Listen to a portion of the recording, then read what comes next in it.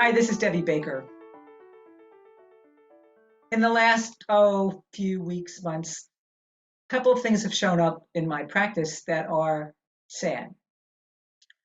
Um, have one person who called. His mother is 92. She's very mentally able. She's physically not very able. She's in a nursing home, and he wants to protect her assets as much as he can. It's not going to be the easiest thing to do because of her age, and she doesn't have, actuarially, she doesn't have a long time to live. Fortunately, there are things he can do. And in the world of planning, it would have been really nice if a conversation had had years ago, so they were in a position to do this as opposed to it being urgent. Another thing that showed up recently is a client of mine whose parents are elderly and have just recently lost mental capacity. And before her father became not able, we did get a power of attorney done for him so that he did name two of his children to act. Well, that's tragic in itself. Okay, I mean, not to diminish that.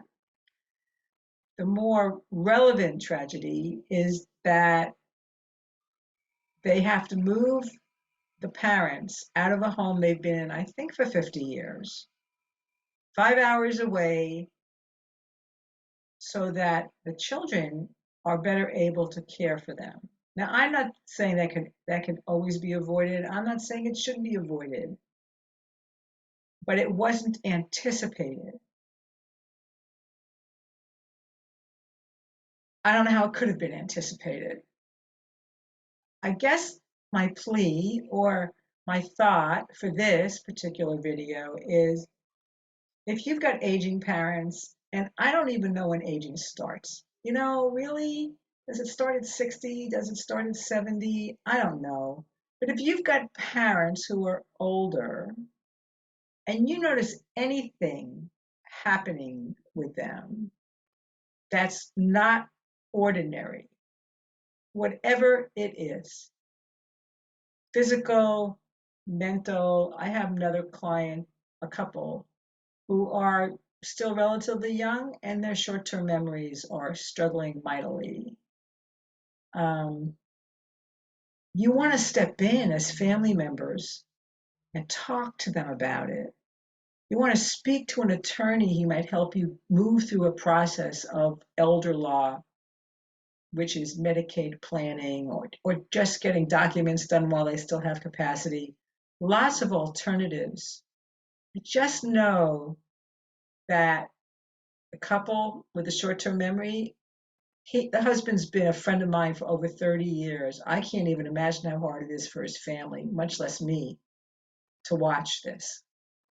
I just implore you, if you've got elders in your life, not elderly, but elders in your life, and they mean something to you, be brave.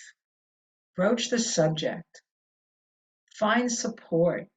Bring people in. Have difficult conversations. And you know what? If you're the elder in your family, then invite the people who love you in. Are you missing something?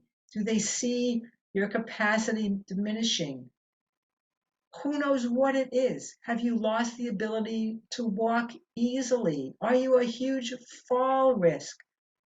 What can the people who love you do to make your life safer? We don't live in a world that invites that kind of quote unquote interference, but we do live in a world where it's essential.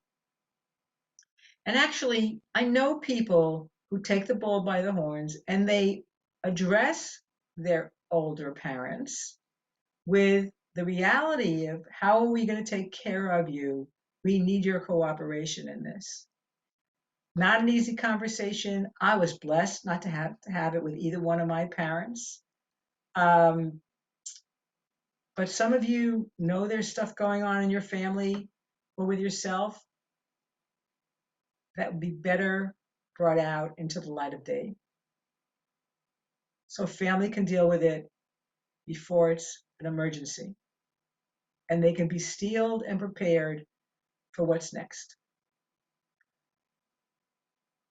I don't know your situation. If it rings a bell, you're more than welcome to call me. If it rings a bell for friends of yours, if there's anything I can do, I've said before, I haven't said it for a while. My whole law practice is a walk of faith. I am here to be of service.